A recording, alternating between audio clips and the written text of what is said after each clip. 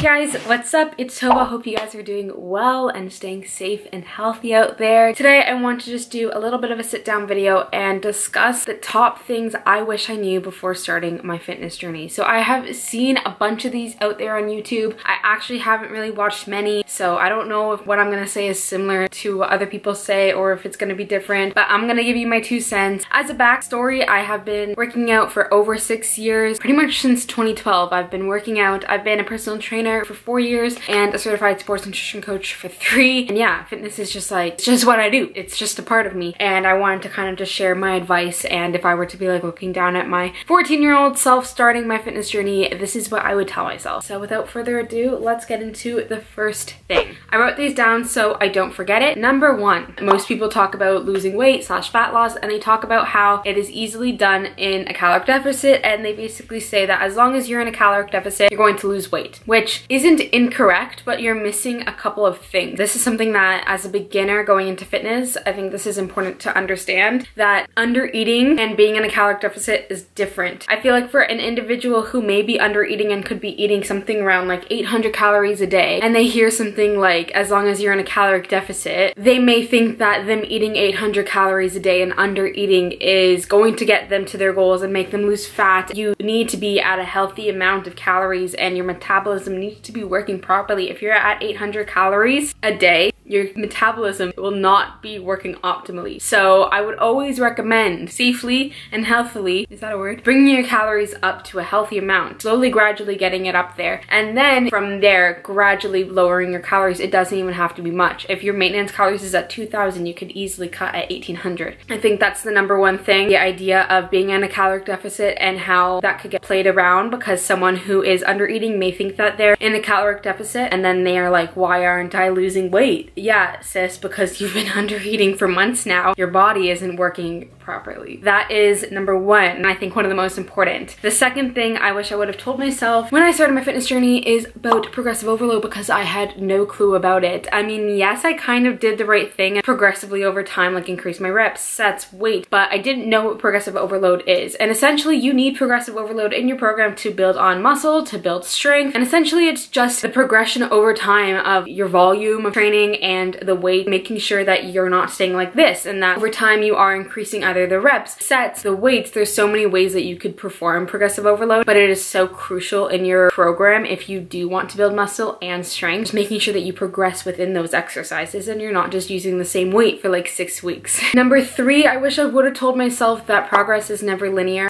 You know, I'm gonna spill the tea with you guys. The truth is, my weight right now is almost at the same, give or take like 5 pounds less. It's almost at the same weight as when I started my fitness journey. I mean, I haven't weighed myself in a very long time, but the last time I did weigh myself, it was quite similar. I don't look anything like I did when I first started my fitness journey. I've gained so much muscle. I have gone up and down, gaining fat, losing fat, gaining fat, losing fat, and that is reality. That's how it is. And I think that I would have told myself that it's okay, that, you know, my progress isn't going like I'm starting at this weight and then it's going all the way down. It's perfectly normal and okay that it's like this.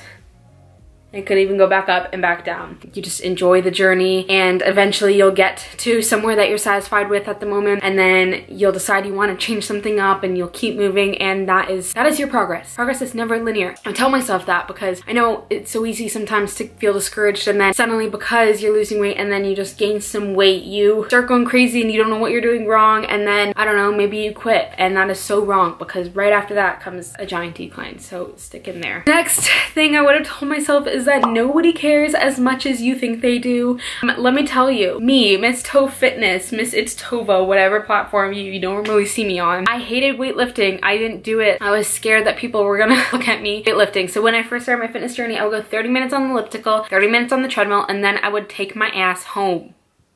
Does that sound like something I would do now? Absolutely freaking not. So I was so scared that like that was my safe zone, because I was like, nobody's gonna stare at me on the cardio machine. But the moment I were to go to weights, I'd be scared that somebody would judge me. Oh, why is she weightlifting? She's so big, blah, blah, blah, blah, blah. But the truth is, everybody is in the gym for a reason. They're working on themselves for themselves. And anybody who has the audacity to judge you has something wrong with them, and it's nothing wrong with you. If that's what's holding you back from weightlifting or going into the gym in general, period, then you need to let that go, because nobody cares as much as you think that they care. And if they do care, that's a them problem. That is not even remotely a you problem. That is what I would tell myself. The next thing I would tell myself is that it's okay to be flexible with your dieting. When I first started losing weight, like when I lost my 60 pounds, I was extremely strict with my diet. Chicken and rice and veggies, lots and lots of fruit, and obviously gym like 6 times a week. And I lost weight quickly, yes I did. But after that,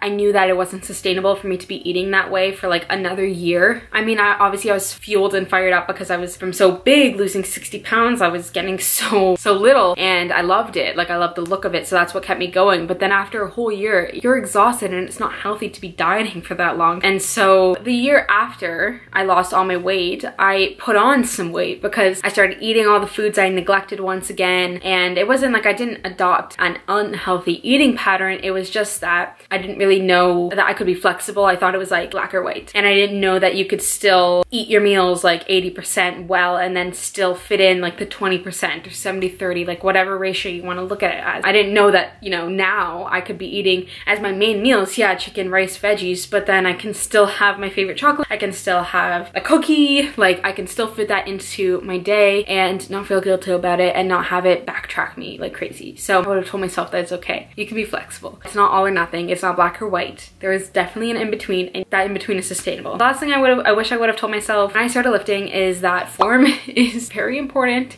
and to choose form over just doing as many exercises as I can. I remember I started deadlifting and my deadlift form was not it. Chief called. He said it's not it. One of my friends who did weightlifting came to the gym with me one day, and he was like, Tova, no, let's lower the weight because your back is like this, your neck is like this, and it's just not okay. Luckily, I wasn't that stubborn. I wasn't as stubborn as I am now, and I listened to him and I went back to ground zero. I mean, I still had some strength, but whatever I was doing, I went to 50% of my strength, and I relearned the form. If I just learned it properly from the beginning, that could have saved me some time on my strength gains, and I think that's the most important thing. Like, learn your form from the beginning so you don't have to go through an experience like that, like mid-journey, realize that your form isn't good, or God forbid, you get injured, and then you have to backtrack and start again from 50% of your strength, or even from ground zero, because stuff like that really sucks, and it really plays a toll on your mind, on your just everything. So ask for help, learn your form. I think that is pretty much it. It's not too long of a video. Those are just like the main things I would have told myself if I was starting my fitness journey. I hope that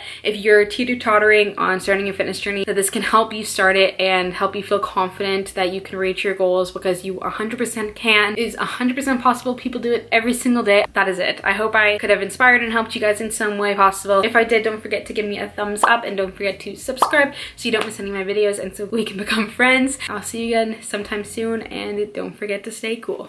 Peace. Then it goes a little something like